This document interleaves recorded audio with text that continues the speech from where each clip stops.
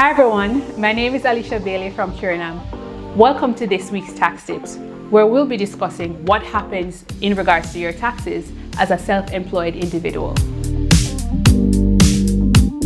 Let's start with the self-employed who trades as a sole trader. Okay, well, every year around January to March, and it's due by March 15, you'll be required to file 2 returns, an SO4 and an SO4A. What's the difference? Well, for the SO4, you'll be required to declare all the income that you made for the year before and how much taxes that need to be paid over to the government. The SO4A declares how much income it is that is estimated to be made the next year. And you'll be required by the government to pay that amount of taxes quarterly. Now, can you change that amount? You can. You can always say that you're making an amount different from what you were making the year before, but you'll need to give a valid explanation. So in most cases, just declare what it is that you paid the year before, because that's really your best guess. You'll be required to pay these amounts over the March 15th, June 15th, September 15th, and December 15th.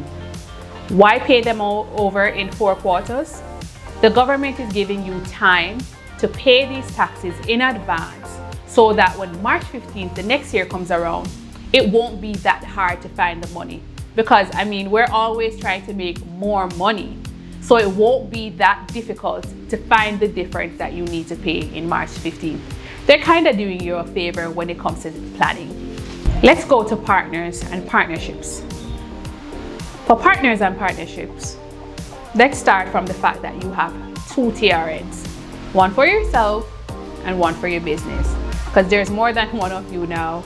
And well, the entity to an extent is separate from you.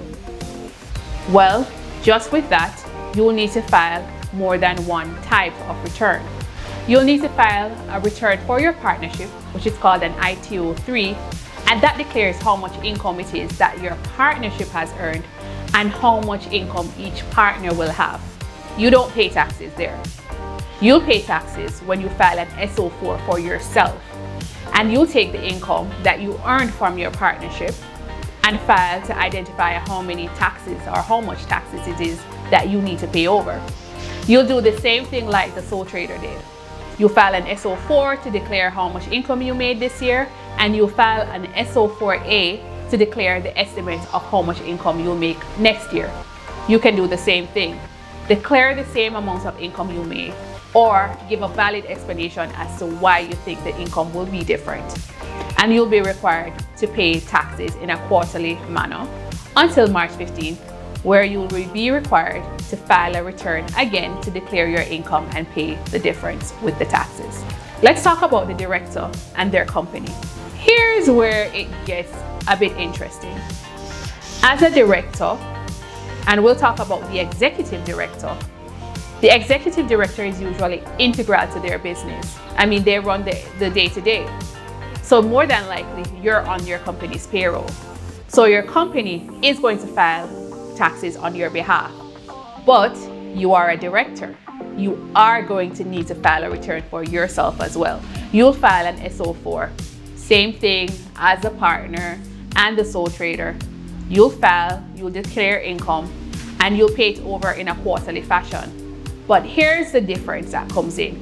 If you gained income as an employee, then the taxes that are paid over will be subtracted from your estimates. And so you'll only pay the portion that you didn't get through a payroll over a quarterly fashion. And you'll do the same. You'll file your SO4 again next year, March, and an SO4A. So guys, just to recap, you're a sole trader, independent contractor, you file an SO4 to declare your income, and you file an SO4A to declare how much income you're expecting for the next year. As a partner, or the partnership itself, they file an ITO3, declare how much income you've made and what is the split of income between the partners. Then you, the partner, you'll file an SO4 and an SO4A. For directors, if you're an exec, which means that you are in the day-to-day operations, well, you're probably on the payroll.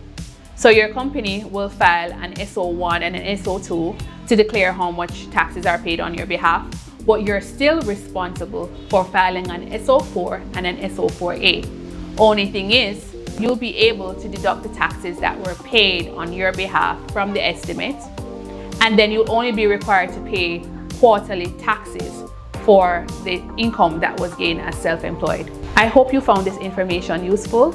Tune in to our next episode, and in the meantime, you can follow us on social media or give us a call for expert advice. Bye!